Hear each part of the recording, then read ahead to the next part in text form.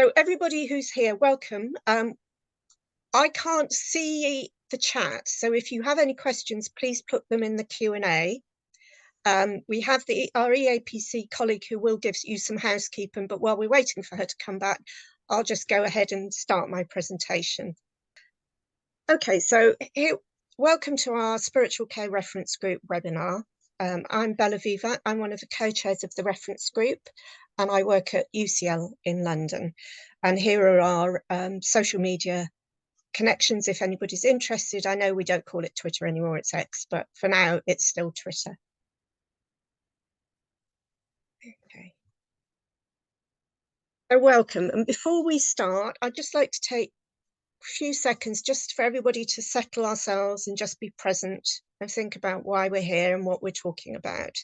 So just a little bit to bring us all to where we are, make our connections, get grounded, just check in.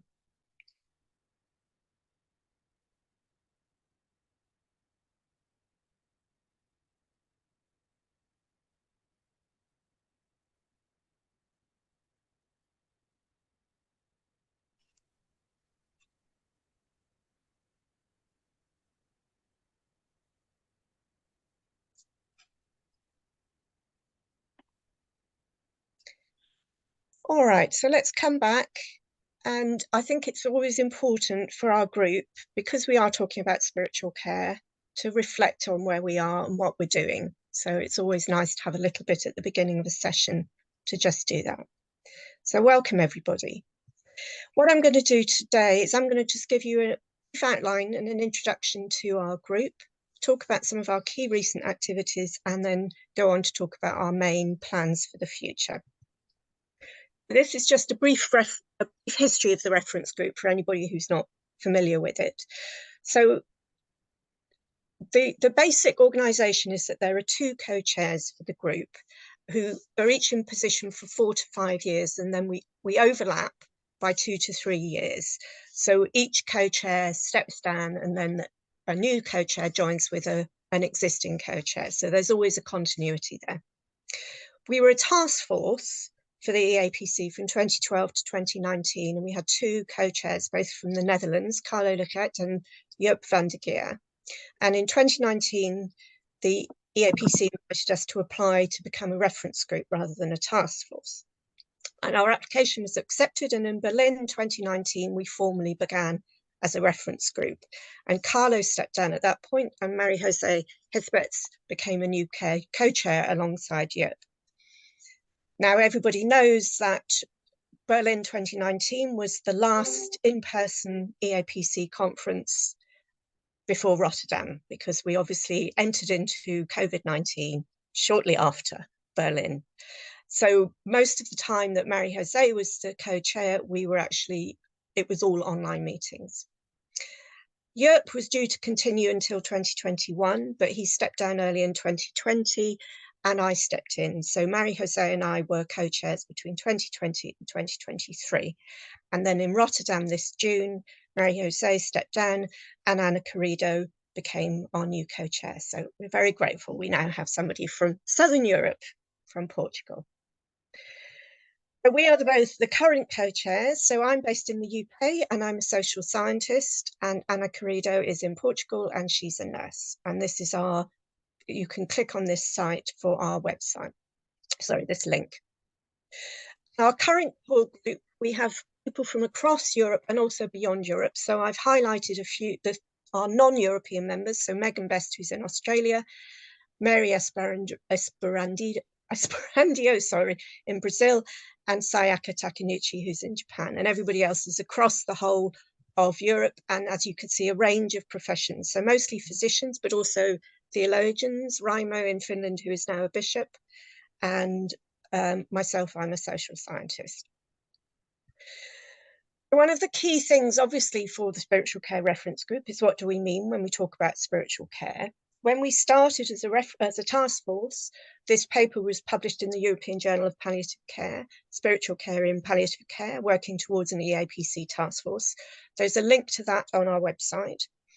And the working definition that was established for spirituality drew on a definition that had been developed in the US.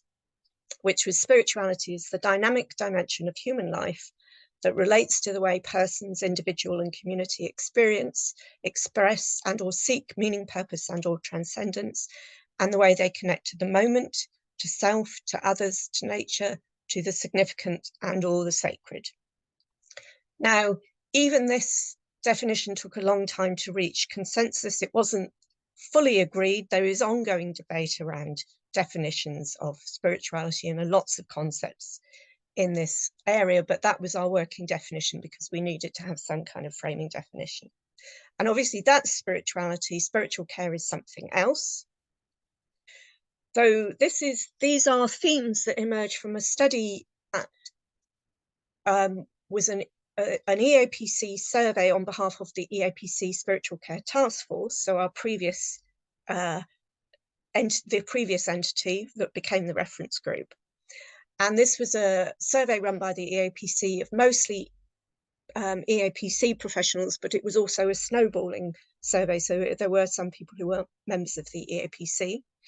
And this was published earlier this year in the journal Religions. And again, there's a link there for that. The main themes were that spiritual care were about attending to people, being personal, patient-centered or patient-led. Another main theme was about well-being, so about providing spaces and activities to promote well-being. The third main theme was about religious beliefs and activities, so religious support. Fourth theme was about focused discussions, so around particular things like relationships, meaning, purpose, and including psychotherapy, but also more general counselling and other kinds of attentive listening. And then the fifth main thing was about advanced care planning, discussing death and dying, end-of-life plans and wishes, so very much focused on the end of life as opposed to general discussions. And then there were four minor themes which were to do with which staff engaged in spiritual care, how families and relatives were supported before death, how people were supported with bereavement, and how staff were supported. So as I say, you can find that work in this paper, but there is a lot of debate around definitions of spiritual care, spiritual well-being, spirituality, and in fact I have a chapter forthcoming in an edited book, which you will hear more about shortly, which discusses some of these debates. So there is no single definition that everybody can agree with. There are various perspectives, but there is some commonality. So some of our activities, as the task force, we published a series of occasional papers which reported on spiritual care in individual countries. So these 9 individual countries between 2012 and 2017 in the European Journal of Palliative Care, which ceased publication in 2017. But those papers are all on our website as well. And we've just had 4 further papers published on our website, which are updates. One is an update on the paper in the Netherlands, and the other 3 papers are reports on 3 new countries, so Austria, Belgium, or Flanders, and Switzerland. And again, there's a link there. And we hope there will be more papers, short papers to come. Then a few other core member publications by various members of the group are listed here. And the last one is this edited collection that I mentioned I have a chapter in, which Megan is editing and is forthcoming next year. So she's going to talk about that in the next presentation. Some of our future activities and meetings. So we have an online corporate meeting in early next, I've put 2023, sorry, that should be 2024, early next year. There's as everybody probably knows, the next EAPC Congress is the Research Congress in Barcelona in May 2024, and we will have an open group meeting then, and hopefully lots of presentations on spirituality. Lots of members of the core group have submitted abstracts on that. And then there is the next full congresses in Helsinki in 2025, and there's a call open at the moment for themed sessions for that conference, where you put together a group of presentations, and we are going to be submitting some of those for the core group as well. So that's a kind of lightning tour through our past activities, our history, and our future plans. And I will pause there and ask if there are any questions. Thank you very much. Megan, over to you. Thank you. Will you introduce yourself? Yes. Thank you very much, Bella, for this opportunity to speak today. My name is Megan Best. I'm a palliative care physician and researcher from Sydney, Australia. And I'll share my screen so you can see my slides. And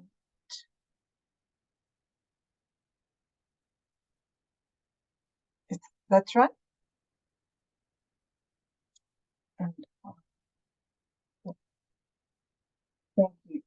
I'd like to take the opportunity to let you know what about a book which will be released next year. And I'd like to take the opportunity to let you know what we'll be including in this volume and how it may be helpful for you. Because one of the main pieces of feedback we've had from members of this reference group is that they would like more guidance in how to conduct spiritual care within palliative care.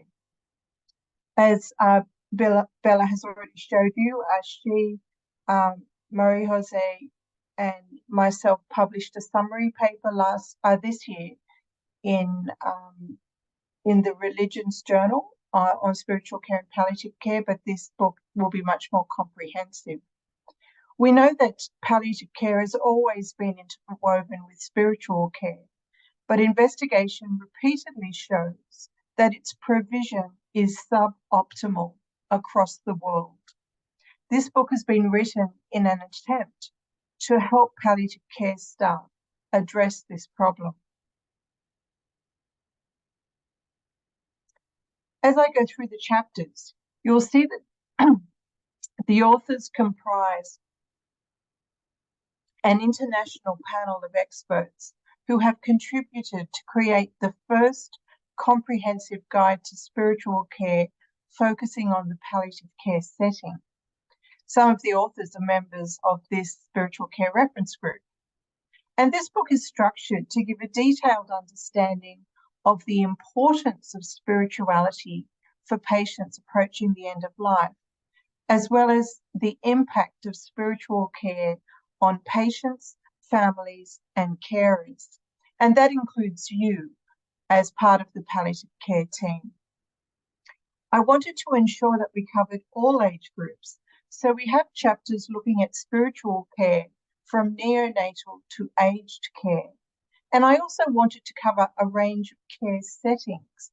So we have discussion about spiritual care for inpatients, outpatients, specialist palliative care, and community settings.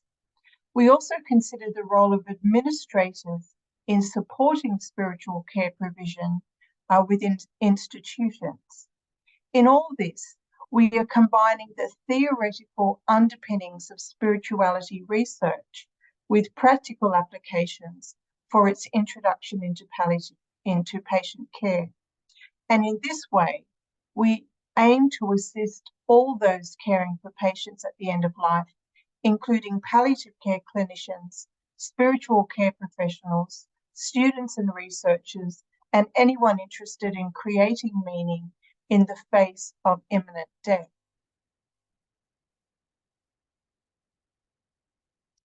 One of the strong themes of the book is how the intensity of spiritual needs of a patient is influenced by multiple factors, such as cultural and religious issues, personality, mood states, the course of the disease, the life situation, place of treatment, and many other things in the patient narrative. We start by examining the meaning of the term spirituality and the different ways in which it has been conceptualized, and the fact that it's not the same as religion, although some patients will experience their spirituality in their religious connection. We then go on to consider the spiritual needs of patients at the end of life.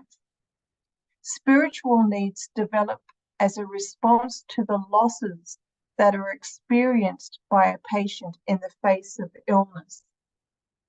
A further chapter looks at the differences between spiritual well-being and spiritual distress and shows that they are not two ends of a spectrum, but independent constructs, and both need to be addressed.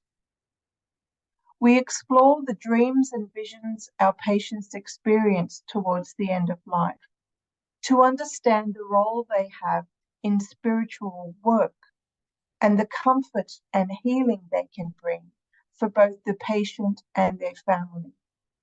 In this way, we can care for our patients throughout the illness trajectory to the very end of their lives in the face of the mystery of death.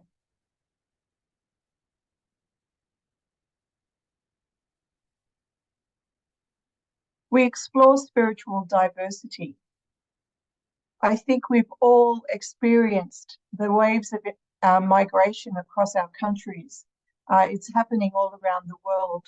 So all of us are coming into contact with people of races and cultures and religions with which we've been previously unfamiliar. We discuss the difference between religious and spiritual care, and the fact that some spiritual needs are in fact religious and require a religious approach. And so we examine some of the distinctive beliefs, traditions, and practices around death for those with different religions or none.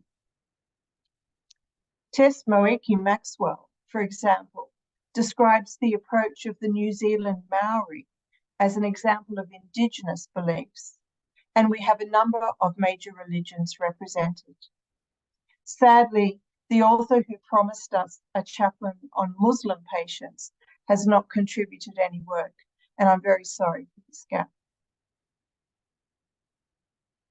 We look at the impact of spiritual care to remind ourselves of the widespread effects of spiritual need and spiritual well-being in patient outcomes.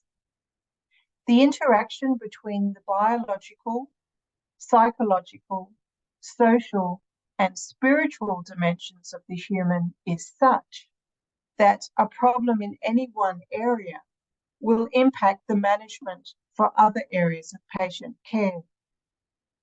Indeed, the association between spirituality and health comes alone makes a compelling argument that all healthcare workers, and especially those in palliative care, should have at least some knowledge of spiritual care. We then move on to the practice of spiritual care, considering assessment of spiritual well-being and the various ways in which spirituality can be supported. The challenges of assessing spiritual well-being is discussed in Bella's chapter, along with ways in which they could be overcome. She highlights the interesting phenomenon that in inquiring into a patient's spiritual concerns, we actually commence a spiritual care intervention. Our patients need to find the answers to their existential questions themselves, but we can support them on the way by affirming the importance of the exercise. Barriers to spiritual care are examined at professional, personal, and institutional levels, as well as ways to overcome them. A report from international research on the way chaplains responded to the COVID-19 pandemic is a wonderful example of how to overcome barriers to patients' spiritual care. Now, we know that diagnosis of a life-limiting illness raises existential questions for our patients, such as, why me? What was the purpose of my life? And that if they cannot find adequate answers, spiritual suffering can result. And so we consider existential suffering as a common experience for patients with serious illness. It's described from several perspectives as we once again examine the multidimensional nature of distress at the end of life and consider the ways in which it can be addressed. Of paramount importance is the interdisciplinary team's response with compassion, intentional listening, and complete presence. However, despite the challenges of diagnosing and treating existential distress and suffering, there are opportunities for spiritual growth, which can be transformative for our patients. And so we also look at what the trajectory of suffering can be if we continue to accompany those who are dying.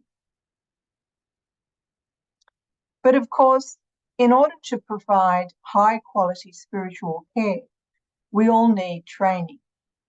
First, we present a discussion of compassion and how important it is in our clinical work. Research shows that the first step and the necessary step for spiritual care education, which is successful, is the crucial step of nurturing your own spiritual life. If we constantly are thinking about our own existential struggles, we'll find it difficult to give our patients the attention they deserve. We will be distracted by our own responses to the fears they express. Reflection on our own values is needed. However, engaging with the existential can be draining. And really, palliative care generally is a demanding place to work. Self-care is important to avoid burnout and compassion fatigue, and practical advice is given to help us incorporate it into our working schedules. The strongest predictor for the provision of spiritual care is staff education. While you can provide spiritual care intuitively, its acceptability and benefit to patients is not clear. In order to encourage education, 3 models of nationwide spiritual care training currently available across the world are outlined in detail as a guide to how we can support our palliative care teams to gain and maintain the skills they need. Then the implementation of spiritual care in the clinical setting is detailed, with illustrations of the role of each member of the palliative care team. We adopt the generalist specialist model of spiritual care, where the chaplain or spiritual care provider is the spiritual care specialist, but all staff play a role in identifying spiritual needs and providing patient support. And so we look at the different roles within the team and how they are all important in their own ways. And I know we do have other team members, but there's not a lot of research at the moment for other specialties. One of the interesting discussions in the book is how our care of our patients can have a preventative role with regard to spiritual distress. There's a discussion of the power of supporting patient well-being, spiritual well-being, and treating our patients with dignity, which can reduce the incidence of depression, anxiety, hopelessness, and desire for death. And of course, our patients are not all the same either.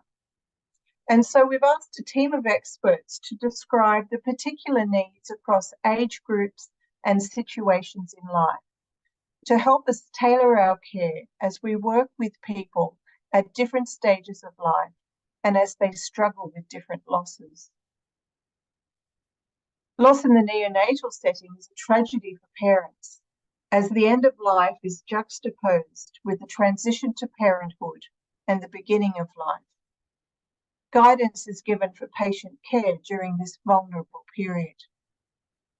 And I think the main message I got from the chapters on care of children and adolescents is just ask. Don't be scared of these conversations. While spiritual understanding does change through life, children are sensitive to what is going on and welcome the opportunity to talk about their experiences and their existential concerns. We include instruction on how to care for both children who are dying and those who have a close relative who is dying. Concrete guidance on how to care for and communicate at different stages is provided. Research suggests that the spiritual needs of carers are often overlooked and that they benefit from spiritual care as well. In fact, all these groups listed here, the elderly, those whose memory is failing, and those who are bereaved, are burdened with loss and deserve to be heard and supported in their walk with someone at the end of life. And they themselves are adjusting to a new situation.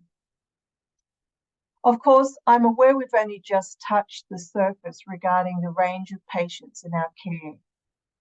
On the one hand, I hope this book will encourage more research in this space. But on the other, as you read through the book, you can see the constant themes of how human beings respond to loss at the end of life. It is this which will give you the tools and the confidence to approach anyone in your care. And finally, we look at aspects of policy. In all aspects of care, we should seek to uphold high ethical standards. So we look at the moral justification for the provision of spiritual care within the context of holistic patient care and provide a framework within which staff can competently respond to complex patient needs. Research has shown that spiritual care training and implementation of spiritual care is much more likely to be successful if there is institutional support.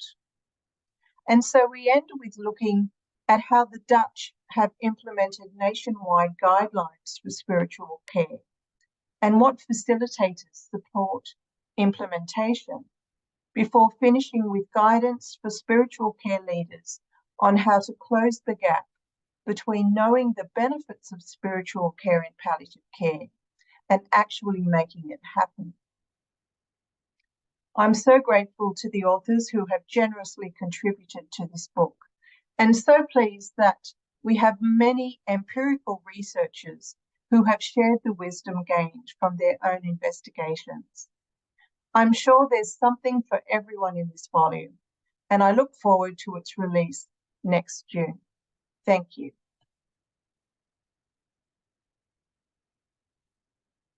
I'm happy now to take any questions. Thank you so much, Megan. I'm looking forward to this book a lot too. I think it's going to be great. Really good. And you answered, there was a question in the Q&A about when it's published, and I think you answered that at the end, June next year. Is that right? It's published by Springer. It will be available next June. Yes. Next June. So in about 6 months' time. So there's a lot coming. And it's an online publication, is that right? Or is it going to be a hard copy? Hard copy and electronic. Okay. So we should think about having a launch, probably. We should do something Absolutely. to market in Barcelona, right? Because it will just be forthcoming. Yes. Yes. So we should think about that. Okay. Any other questions? I think everybody's overwhelmed by all the detail in your book, Megan. Does anybody have any questions? Looking forward to read it in depth, Megan. Yes, it's going to be really rich. Read, I can tell you. Not many illustrations, but we'll do our best. Okay. All right, so there's a question there about education. So I'll try and summarize that. It's kind of a complicated question. So spirituality, it pertains to the relationships, but there can be a negative side to that. So there are aspects of relationship which are opposed to well-being and may impede progress towards human flourishing. So how do we deal with that in education programs? How do we address that issue? Can you answer that? I think, thank you very much for that question, because it's always important to remember that one's spiritual beliefs can have either a positive or a negative impact on one's well-being. And this is one of the reasons when people just talk about spirituality in general terms, it's actually very confusing because those conversations don't distinguish between the positive and the negative. So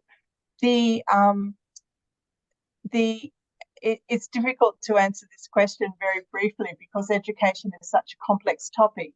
But I think that the important steps in any spiritual care training will be firstly to help the staff member understand the concept of spirituality and its breadth. And that, I think that helps you understand spirituality in yourself. It heightens your awareness to spiritual concerns, so you're more likely to identify them in the patient. And it helps you ask questions of an individual patient to get the information that you need to support them spiritually, and in particular to find out what is their source of spiritual strength. And then we need to learn how to ask about spirituality, and it can be a topic some people are very uncomfortable to raise. I always say for many people it's like talking about sex. It's just not something you talk about casually very often, and it feels very uncomfortable. But as one of my patients said, doctors ask peculiar questions all the time. So asking about spirituality is really no different from a lot of the other strange questions you ask. So it really doesn't bother them. And as I said, with regarding to talking to children, there are many people who welcome these conversations. They want to talk about existential concerns, but nobody is identifying themselves as someone willing to go there. So by asking about those concerns, you say, I'm someone who's happy to talk about these things. And we know about spiritual problems that it can be difficult for the person to articulate their distress. Sometimes we find that they just don't have the vocabulary to explain what they're feeling. And so some training is needed to start to ask the questions to access those concerns on part of the patient, and to also understand when you need to ask. For example, if you have a patient whose symptoms seem disproportionate to the pathology, or perhaps someone who seems to not being responded to treatment that you really thought would work, you need to start thinking, is there perhaps a spiritual problem here? Because all the dimensions of the human interact with each other. If you have a spiritual problem, it may impact how effective something like medication for pain is. I've had one patient in particular, I can remember, had a great grief over the fact that he lost contact with his children close to death. And it was only when we were able to re-establish that contact that the analgesia we were giving him for his pain started to work effectively. We don't know all the mechanisms for this, but it's certainly something that occurs. And we need to learn things like the fact you shouldn't take for granted, that you shouldn't assume you know what is going on spiritually for someone. I can remember a minister of religion I cared for who had lost his faith after he was diagnosed with cancer. But someone who was admitted to the hospital, who put his profession as a minister of religion, you might think he had it all together. So we need to learn to be non-judgmental and willing to hear what the patient wants to tell us.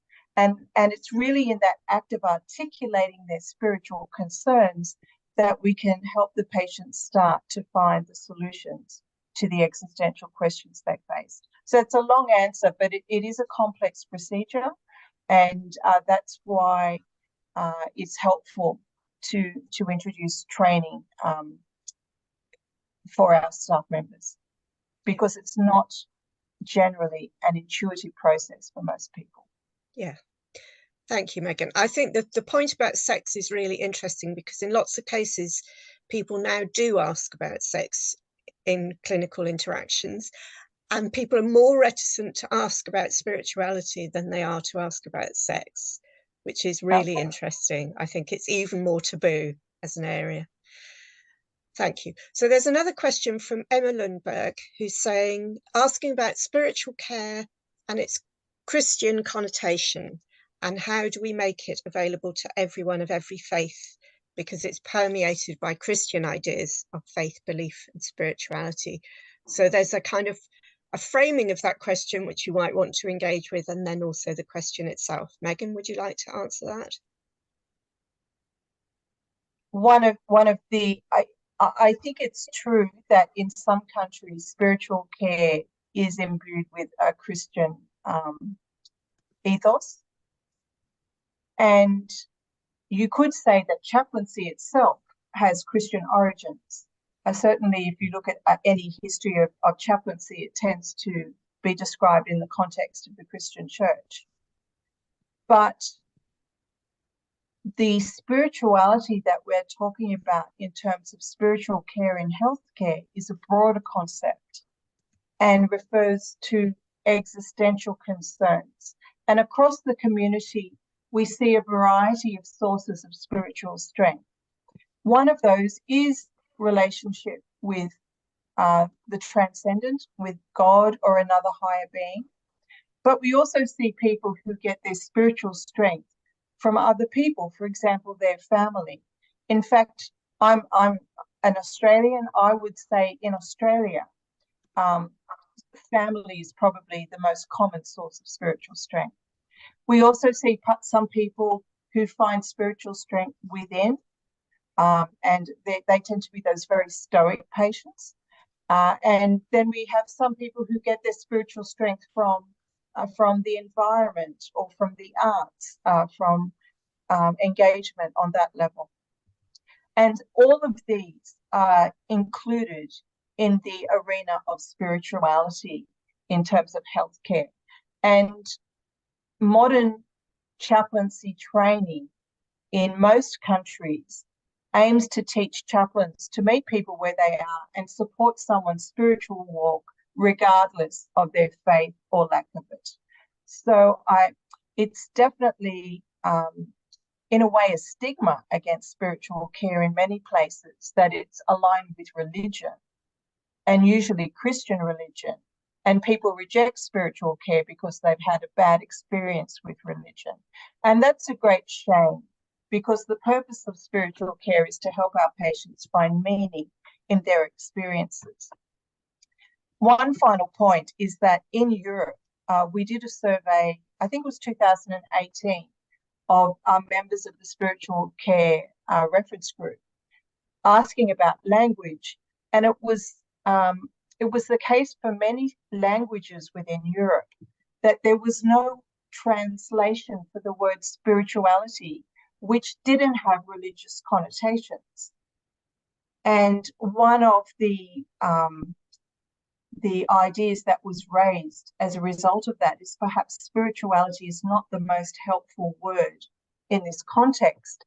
And some people are considering the use of existential instead of spiritual as a way of trying to avoid that stigma of religion. But the complexities of discussing the differences between the spiritual and the existential are quite complex, but you'll be able to read about them in the book.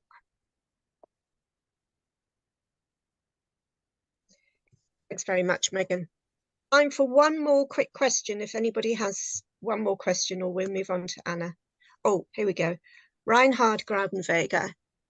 What do you think of digital and online resources for addressing patient spirituality? How might applications on mobiles help people with doing this? Thank you. That's a great question, Reinhard. It is a great question, isn't it? I know that during COVID, a lot of spiritual care services around the world started using electronic communication as a way of overcoming the barrier of not being able to have physical contact or personal contact. And while I think initially there was some reluctance because personal presence is such an important part of engagement with patients in spiritual care, people felt that it really was a very inferior way of engaging in spiritual care. But it proved to be extremely effective. And I think that there's great promise in the use of electronic devices, and certainly in other areas of healthcare. Apps on a phone can be a source of great encouragement to patients, and it allows you to contact patients and encourage them even on a daily basis. And it's certainly something I think we need to look into more carefully. And we've also seen that online spiritual care delivery seems to be just as effective as in-person delivery, but we certainly need to do the trials to ensure that this is the case before we move completely online. But thank you, that's a great question. Yes, thank you very much, Reinhard. That's a lot to think about there. One last question for you, Megan, which I think I know the answer to, but I'll hand over to Susanna Batista. Sorry? Do you want to answer it? No. I think you should answer as the editor. It's about the book. So Susanna Batista asks, is it open access? I don't think so. Okay. I think we'll need to ask your library to buy a copy. Okay. Sorry about that. Sorry, I have no control over those things. No, it's Springer, but we will know more. We will let you know more when we do know. And I think that Springer does do deals with people to give you discounts and yes, things like that if you publish with them. Yeah, and sometimes you can get previews of individual chapters, things like that. So it's worth we will keep that in mind when we. Yes, and I think we certainly want to make it accessible to as many people as possible. And I'm in discussions with the publishers at the moment, so we'll see what we can do. Okay, so watch this space, Susanna, but thank you for the question. All right, thank you so much, Megan. That was a great presentation, and there are lots of comments of people saying they're looking forward to the book. So fantastic. It's all great. Thank you so much. So last but very much not least, I will hand over to my co-chair of the Spiritual Care Reference Group, Anna Carrido. You will introduce yourself, will you, and talk about what you're going to talk about? Is that okay? Yeah, and yes, that's okay. All right then. Yeah, and first of all, good morning to you all, and thank you very much for attending. This morning, I see there is a lot of people around the world and a lot of countries represented. And I would like to give my compliments to and to welcome two of my colleagues, one from the core group of the EAPC and Carlos Laranjeira. I know he is there. One of my colleagues from the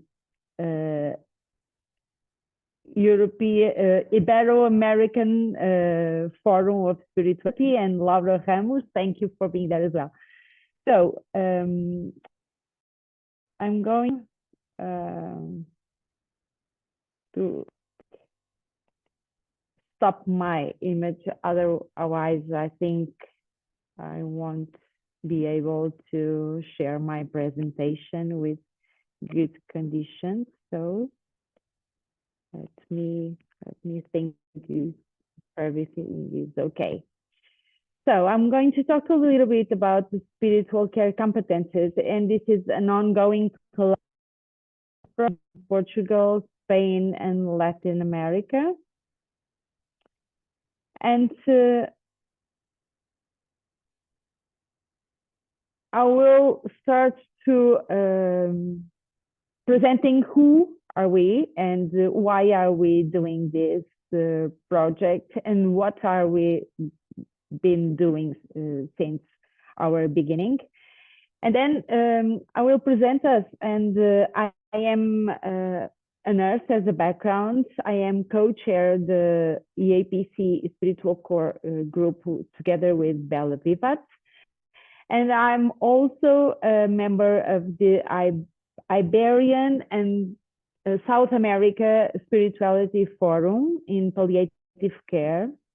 I'm also coordinating the spiritual care group in the Portuguese Association of Palliative Care, and I'm associate professor at the Polytechnic of Leiria, the Polytechnic University of Leiria. And then I will start to say how come we start to do some collaborative work.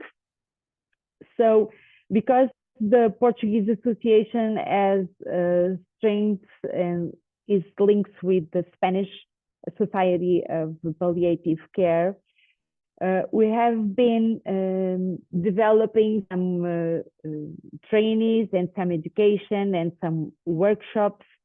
And then at certain point, when the pandemic starts, we decided to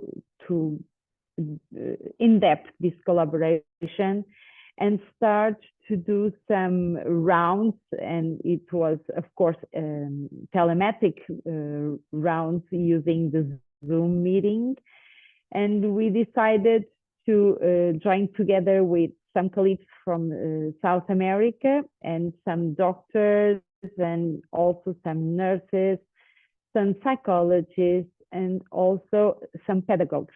So we all were skilled and we all have a background in palliative care, and we decided to join together in this multi-professional and multidisciplinary work group. And we decided to develop an education and training proposal in the cultivation of spirituality of professionals, to provide them with experience, models, and tools that will enable them to offer spiritual accompaniment and support.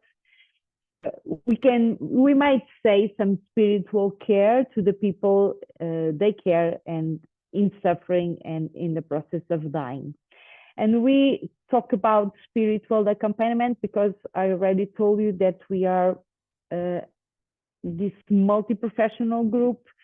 So we are welcoming professionals from other areas rather than the healthcare.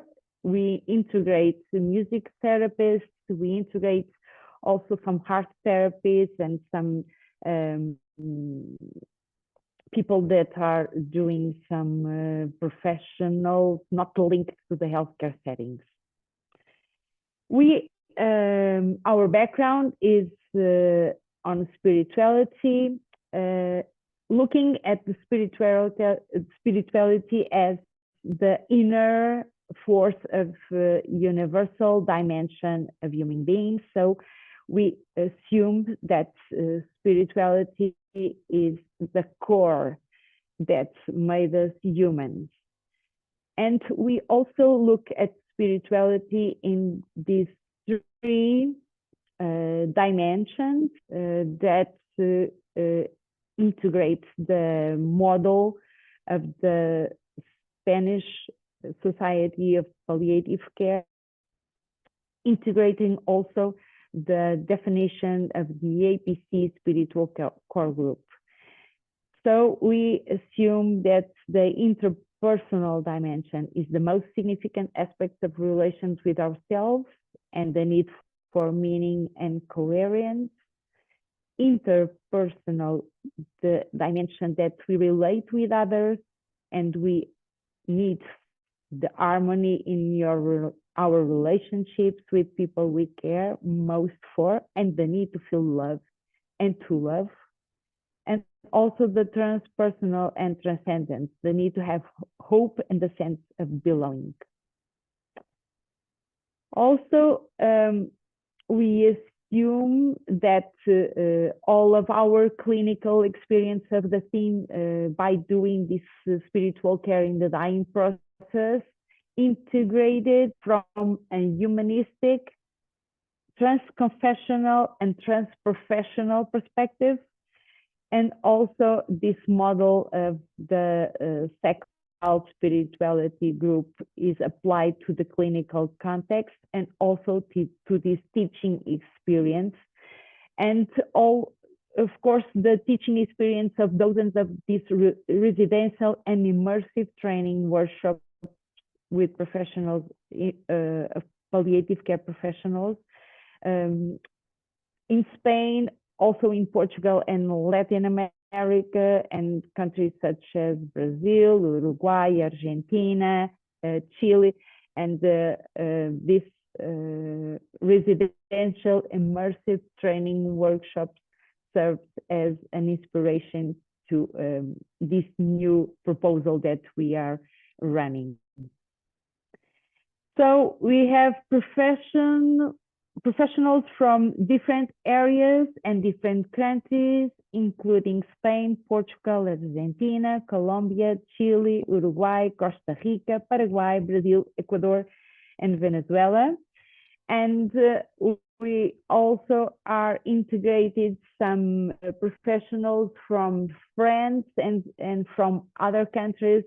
And the only thing that we ask is that professionals need to speak and understand the Spanish language, because our work and our education projects are developing in the Spanish.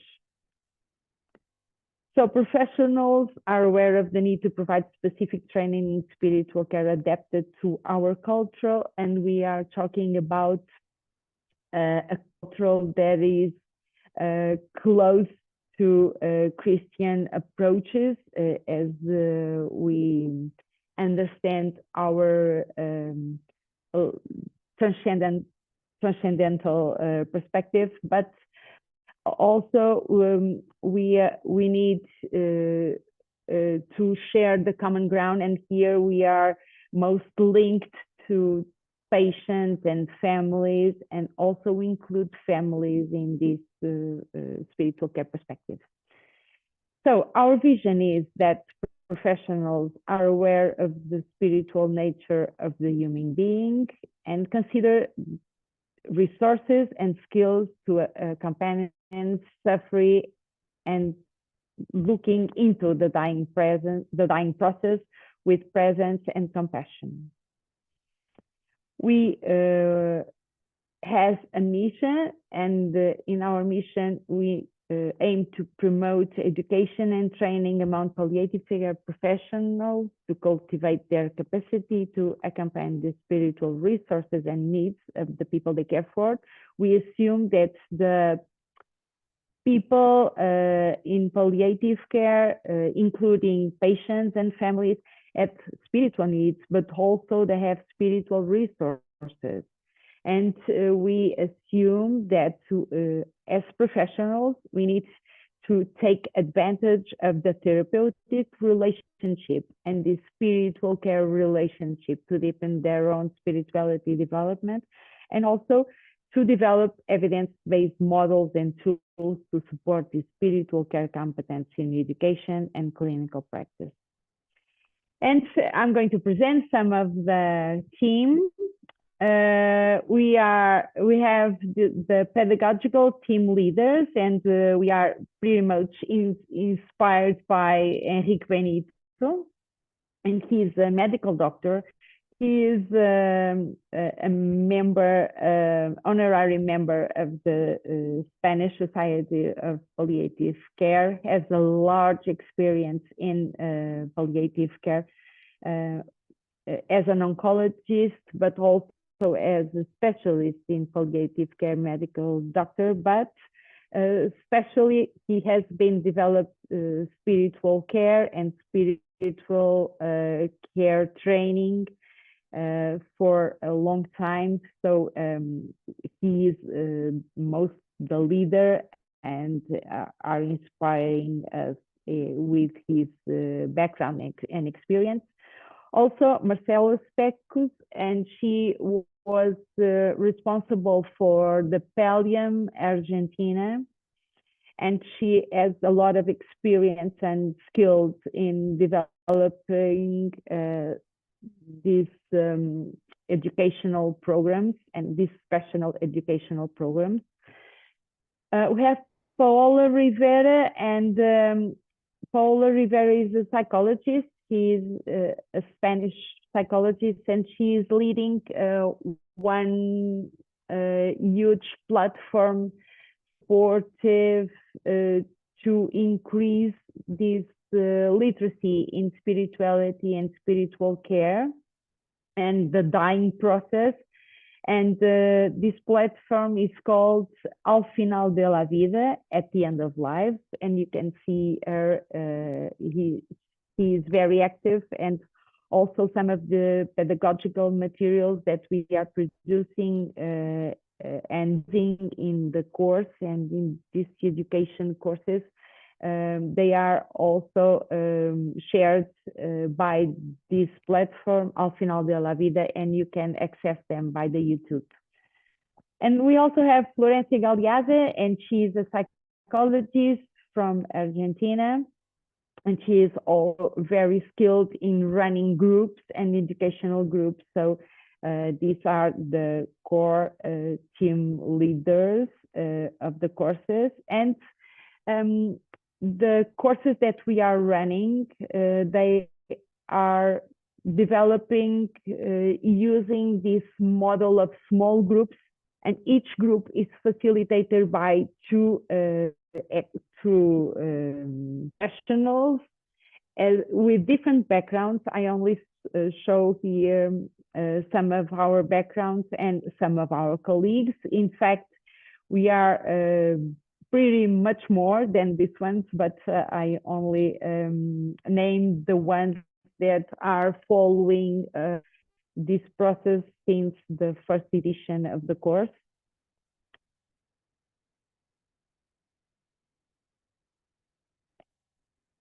And as you can see, sorry. And then we in this forum, we also have a research team. And in this research team, I'm presenting some of our colleagues.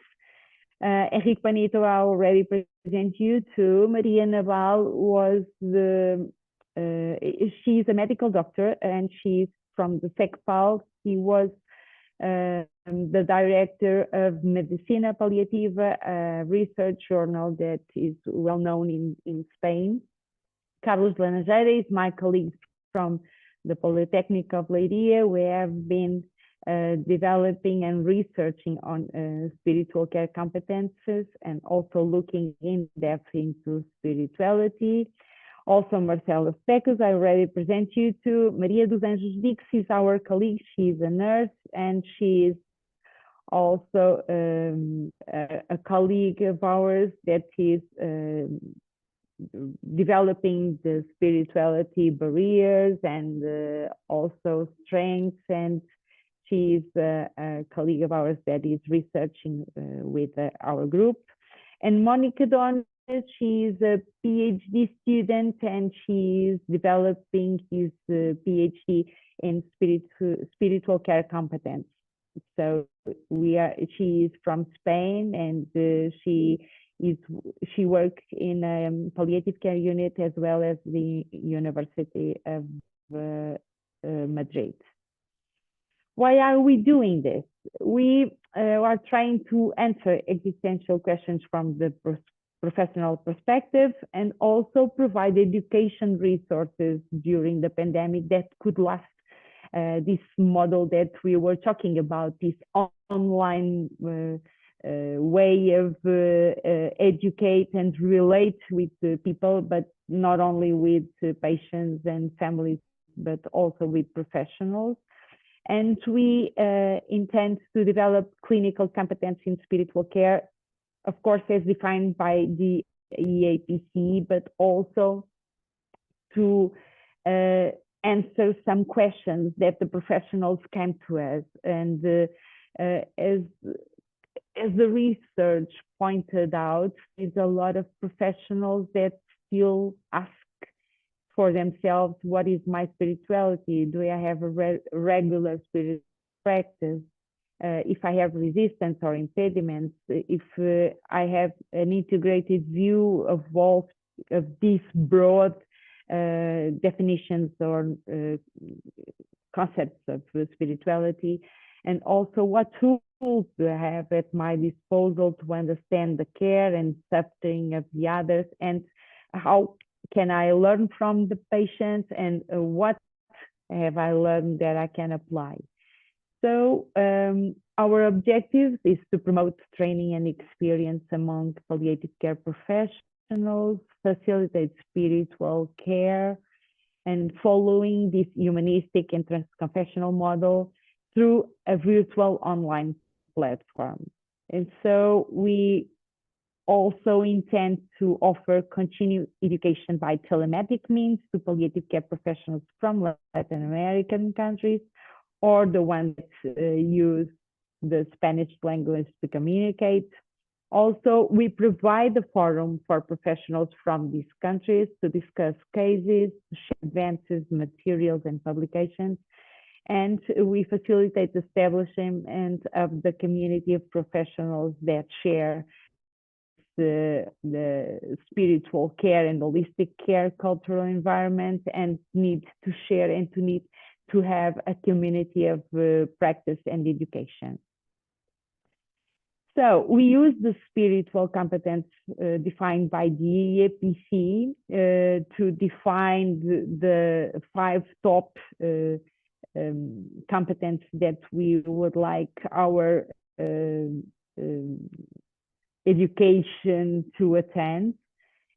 So we will assume that our students or our professionals attending the course will demonstrate the reflective capacity to consider spirituality in one's own life, recognize the importance of identifying spiritual, existential, or religious resources and needs in patients and families, promote reflective discussion, consideration of the spiritual care in the team, to be able to access the spiritual resources and needs of patients and accompany them in the process, and also be aware of cultural, ethnic, and social differences in understanding and caring for the people we care at the end of life.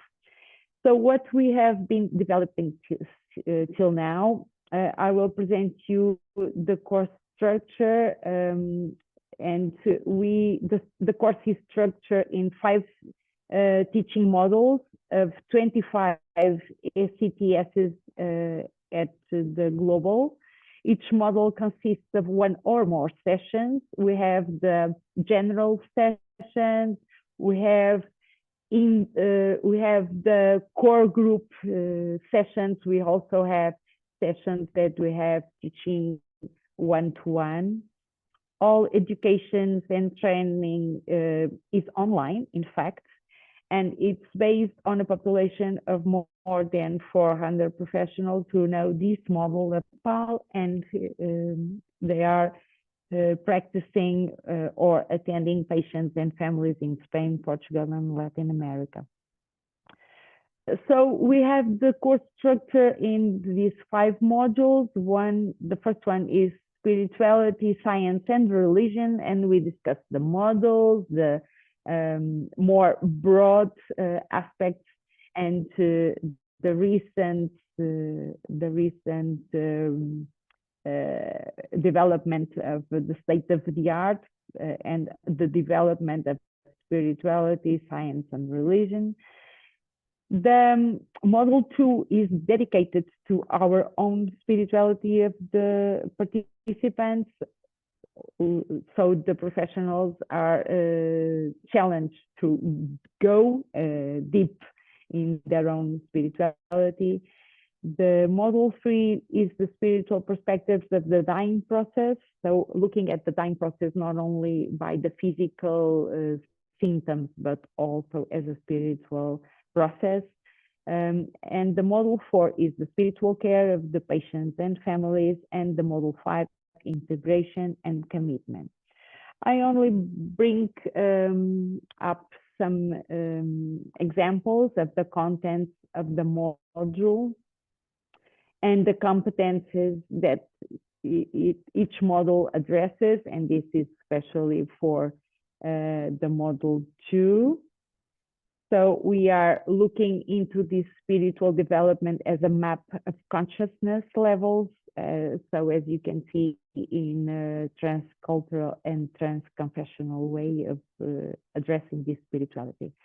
In this model 2, we ask the participants to self-check or self-diagnose the one's relationship to spirituality, to normalize that we can nourish and daily, and through using this through deep connection with ourselves, or the safe serene part that lies in us, within us. So we practice in every session, a moment of connection, and we use meditation in each session, and we do it in a week basis. And then we also intend that the participants have a humanistic and integral perspective of spirituality, and get to know different stages of consciousness and paths of spiritual awakening. So we also use some different religious backgrounds and inspirations, but we use the professional, and we educate the professional to use themselves and his deeper knowledge at the relationship he established with the patients and families. We also have these exercise, participant presentations. We use the Kolb's learning styles model to online teaching. And of course, the methodology is participatory, meiotic, co-creation. We ask very much also the participants, the facilitators, and the core group teachers to practice, to self-reflection, to discussions, to use clinical cases, situations. We do some role play online. We use dynamics, questionnaires, small group discussions. So a lot of pedagogical strategies adapted to the course. And we have this model content. I only use some topics of the content, but as you can imagine, we use several discussions, and we use sometimes art as a mediator of this small group discussions. We use pictures, we discuss clinical cases, and of course, there are a lot of material produced. In these 3 editions, we have developing forums, chats, reflecting, writing. We are now trying to organize a proposal for a master course. Till now, this is a postgraduate course. Also, we are dissemination a short version of this course in a MOOC type, so it will be in open access to everybody who wants to attend. And we are trying to, of course, develop the courses adapted to other medical and health specialties, and defining the core competences and indicators to evaluate the course outputs. We have, in these 2 last editions, evaluate the experience of the participants with the pre-post design, and we already noticed some good improvements in this spiritual care competence development. And we presented the results at the Congress, in the SECPAL Congress in 2022. Now we are developing 2 parallel research projects, one submitted to the University of Francisco Vitoria in Madrid, and is action-based research in development of the spiritual care and its implications to the education and to practice. And also we have published the SPACY protocol, and this is a mixed method research development in the 3 phases. We already have this phase 1 going on. We have some master's students in palliative care doing some concept analysis of spiritual care competence, and also a systematic review of these intervention strategies. This is the project in these 3 different phases. We are going to use quantitative data as well as qualitative data. And at the end, we would like to present some white paper with some guidance to education in spirituality and spiritual care practice. So this is what we have been doing, developing a spiritual care competence structure in both education and practice, 25 ACTS online postgraduate course in its 3rd edition. And we have a lot of people attending. In the 1st edition, we only have 30 people, but now we have a lot of participants. Last edition, we had 70 applicants. So it looks like that the professionals are considering this a well known course and a good resource to develop this spiritual care competence.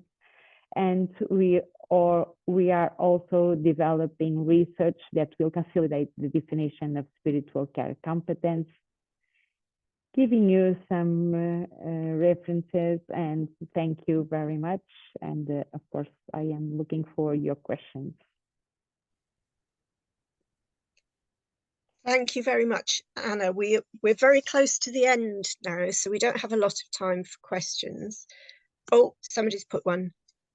So Arabella Tresillian is asking if there's a website for the Ibero-American Forum.